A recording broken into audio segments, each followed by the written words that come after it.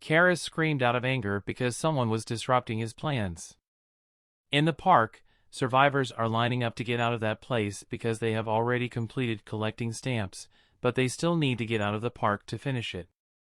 Sahan met up with Chengdu. He told Sahan that it would be over when they passed through the exit, but Sahan told him that yes, if Karis didn't show up, but that monster would definitely come for them. Both of them felt a sinister presence come out of the castle. Karis soars through the sky, and everyone who sees it feels its intimidating pressure.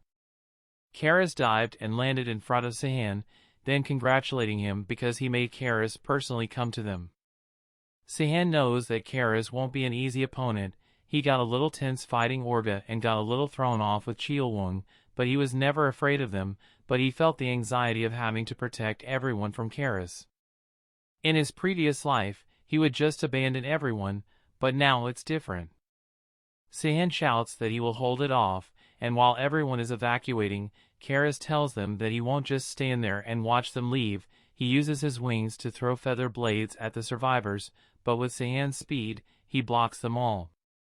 Sahan called Karis and mocked him, saying that he came to them personally just to capture a bunch of humans. That taunt got Karis' attention, so it would focus on Sahan. It could buy Sahan more time so more of the survivors could escape. Karis jumped high and dive-bombed Sahan. He used his Shadow Rush to evade Karis' attack, and he used his guaranteed shot. Karis was surprised because his attack was catching up to him, but he just grabbed the thrown weapon and crushed it. Karis dives into the ground, destroying it and causing debris to fly all over the place, and uses that chance to attack Sahan. He felt someone was behind that debris, quickly ducked down, and evaded the attack. Then Karis followed another attack and scratches Sahan's face a little, then he quickly jumped back. Karis flew up in the sky and taunted Sahan to dodge his attacks. He used his flurry of feathers to attack Sahan. Sahan couldn't dodge the first wave and got hit by the attacks. Karis threw another flurry of feathers, but Sahan used the Celestial Slayer skill to move swiftly while dodging the feathers. Celestial Slayer and regeneration skills could give Sahan more time for the survivors to evacuate the premise. Karis is getting annoyed because of Sahan's movements and use of a skill. The true power of a constellation is that Sahan is dumbfounded that Karis is going to use that skill right now. Karis activated the power of the constellation, which removed all of the restrictions that were given to him when he forced himself onto the game and used that skill to kill all of them before he got forced out of that realm. Sahan thought that it was cheating to use that succession ability so early in the quest. Karis attacked Sahan at extreme speed. Luckily, Sahan still got the Shadow Rush. If he didn't, that would be the end for him. Karis is surprised because he's still alive after releasing his true power. Karis flew up in the sky again and acknowledged Sahan's potential, telling him that he should think of this as an honor being commended by the likes of him. Karis quickly appeared right in front of Sahan, grabbed his neck, and told him that he'd spare Sahan from the painful death he planned for him. But a notification popped up that if Sahan's third quest is completed, he will get the completion reward, and now he can buy the first playthrough transfer package. Sahan instantly bought the transfer package. Transfer package, he can now transfer the items and abilities that he got in his first playthrough. Depending on the progress on the main quest line, he can choose one ability or item without its limitations. Sahan told Karis that if he felt like he had already won, he shouldn't take his time because things could change quickly. Sahan uses the skill proof of transcendence. Karis was surprised by it, and Sahan used his weapon to pierce Karis' stomach, but Karis managed to dodge a vital hit in that split second. Proof of Transcendence, S, is an upgradable skill. The user's stats increase by 100% and deal critical damage against a celestial for 30 minutes. The ability cannot be used against certain entities' minions. The ability can only be used again after 30 days. Karis couldn't believe that a mere human got this much power and was the first one to push him this far.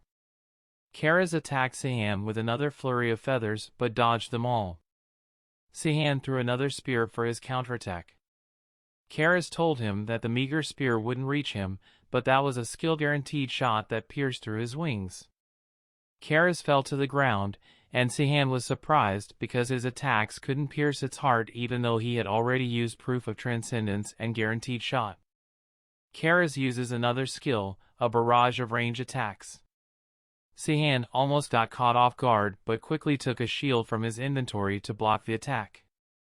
Karis continued his attack while on the ground, but Sahan just kept on blocking the attacks with his shield, slowly walking toward him. Karis couldn't believe what was happening and thought that Sahan should only be a regular player. When Sahan got close enough to Karis, he used his spear to stab Karis' knee to the ground and told him that a constellation shouldn't scream like that from a human's attack. Sahan asked Karis, "Do you feel like you're in danger now?" Karis shouts that this is just a bug in the system and attacks with a flurry of feathers, but Sahan is just blocking all of it. Karis is flustered by Sahan's power and desperately attacks Sahan again, but it lands some on Sahan. He continued the attack on Sahan. While at it, Sahan took the pile bunker from his inventory and used Shadow Rush to get closer to Karis. When Sahan jumped out of the shadow and tried to attack, Karis made a wall from his feathers and blocked his attack, causing his pile bunker to get destroyed. Now that both of them had lost all of their weapons, Sahan jumped into initiate hand-to-hand combat. But Karis told Sahan that he would never lose to hand-to-hand combat. He grabbed Sahan's face and smashed it onto the ground, but Sahan laughed while Karis smacked him on the ground. Sahan took the spear that was still stuck in Karis' body and used it to stab his heart. Karis' last words were calling Sahan an arrogant insect to the very end. In the Supreme Upper Realm, Arcadis doesn't know how to handle this problem because he's the one who helped Karis cheat into the game, but now he's been killed by a player. He couldn't even report Sahan as a bug because it could put him on the spot. Arcadis is having a hard time balancing the quest for Sahan and is surprised that he already has the succession ability. Arcadis won't report anything right now because the Karis constellation is not very well known and no one should notice its absence for now. But from now on, Arcadis will keep a close eye on Sahan, whom he called the Bugsack player. A notification pops up that the first major update will begin. The details of the update. From now on, the main quest will be in the open world. The player can now travel to other regions and stages by train or subway. Multiple quests can also be carried out at once. Subquests will be added. Now they can create guilds. The notification continues. Main Quest 4 will now start. The quest will be a large raid. A raid boss will appear in each region. Engaging in combat with the boss will increase the reward points. They can also obtain special materials and equipment by defeating the raid boss. Sahan and Mina were just chilling somewhere when they got the notifications. Mina told Sahan that there's a guild function now, but on the map, the raid still needs 15 days to spawn. Sahan explained that it's probably because a lot of people have not finished their third main quest. It seems like Shu and Changdu are also with them. Shu repaired Sahan's gear and is also ready to explore again. Changdu told Sahan that he had pretty serious injuries, but Sahan quickly recovered, and his regeneration skill helped him. The skill has now leveled up from rank F 50% recovery to rank E 60% recovery. Sahan told Mina that he would go to Dejon, but she asked because there was a raid boss near Seoul. Sahan answered that he had some business there and asked Mina what her plan was. Mina told him that she was going to pass on his plan this time. The young jester observer revealed itself and was not trying to hide its presence anymore.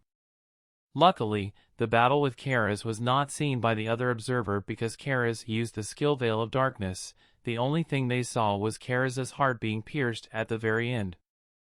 It seems the god of Mina, the young jester, wants Mina to come with Sahan, but she still doesn't want to come to Dejon. Sahan made an offer to her, Changdu, and Shu. Sahan plans to create a guild, and he's asking the three of them to join that guild. Mina told him that she was not really into those kinds of things. Changdu told Sahan that he doesn't know if he can be of any help to him. Shu wants to join Sahan's guild. Sahan thinks that Changdu is strong as a chosen avatar. She will become the best craftsman in the world, which will benefit them. Mina has made up her mind and will join Sahan's guild. Sahan told them that they better not change their minds.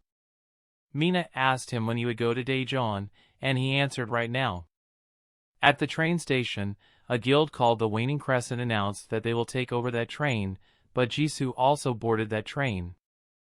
Sahan heard a lot of noises at the back of the train. The reward he got for defeating Karis was Hunter's Instinct E. The user can estimate the location of a monster by its trails or possessions. Sahan thinks that the reward this time is kind of disappointing. But the loot from defeating Karis is enough anyway. A notification pops up saying that Sahan has become the new master of the Crow constellation. He gained the abilities Eye of the Crow and Veil of Darkness, and if he levels up his divinity level, he will unlock the full potential of his power. With the Eye of the Crow skill, the user can spawn a crow to scout the skies. There's no limit to the number of crows, but it will be harder to control as the number increases.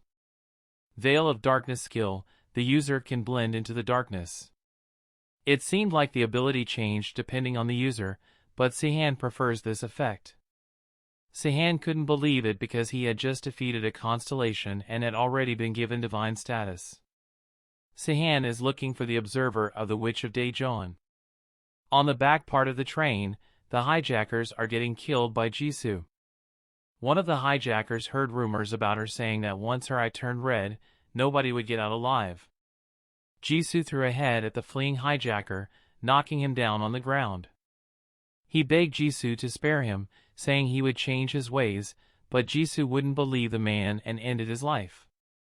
After Sahan took a nap and got off the train, he saw people running outside the train, and then Jisoo appeared and called Sahan.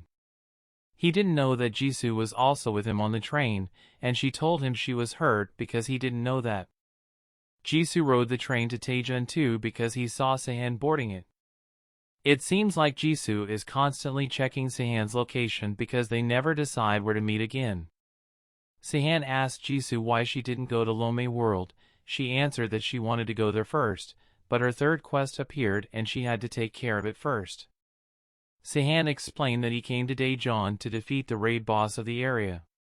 He's surprised because he thought that Jisoo would ask her more about his decision, but Jisoo told him that his plans don't make sense to others, so she just came to accept it that way, and joked that even if he just buys bread there, she will be fine with it. Sahan doesn't know if Jisoo thinks highly of him or not. Jisoo asked Sahan where they should go next, and he answered Dunsan. On Mina's side, there were a lot of observers in the area. Sahan gave her a sketch of a big American man and a multiracial girl. They are father and daughter. Mina complains about his sketch because his drawing sucks. The place looked like a lot of people had been killed by a monster attack. While walking on the streets, a lycanthrope attacked Mina. She needed to kill it with one blow, or it would just keep regenerating. Suddenly, a big block of concrete was thrown at the monster, killing it. The person who threw that was the person she was looking for. Both of them greeted each other and told Mina that they needed to help each other in times of need. Her daughter told him that Mina was probably stronger than him because there were a lot of observers following her. Mina wants to be acquainted with them by telling each other's names. The man introduced himself as Luke Taylor and her daughter Lynn. Mina asked them if she could join them on their travels.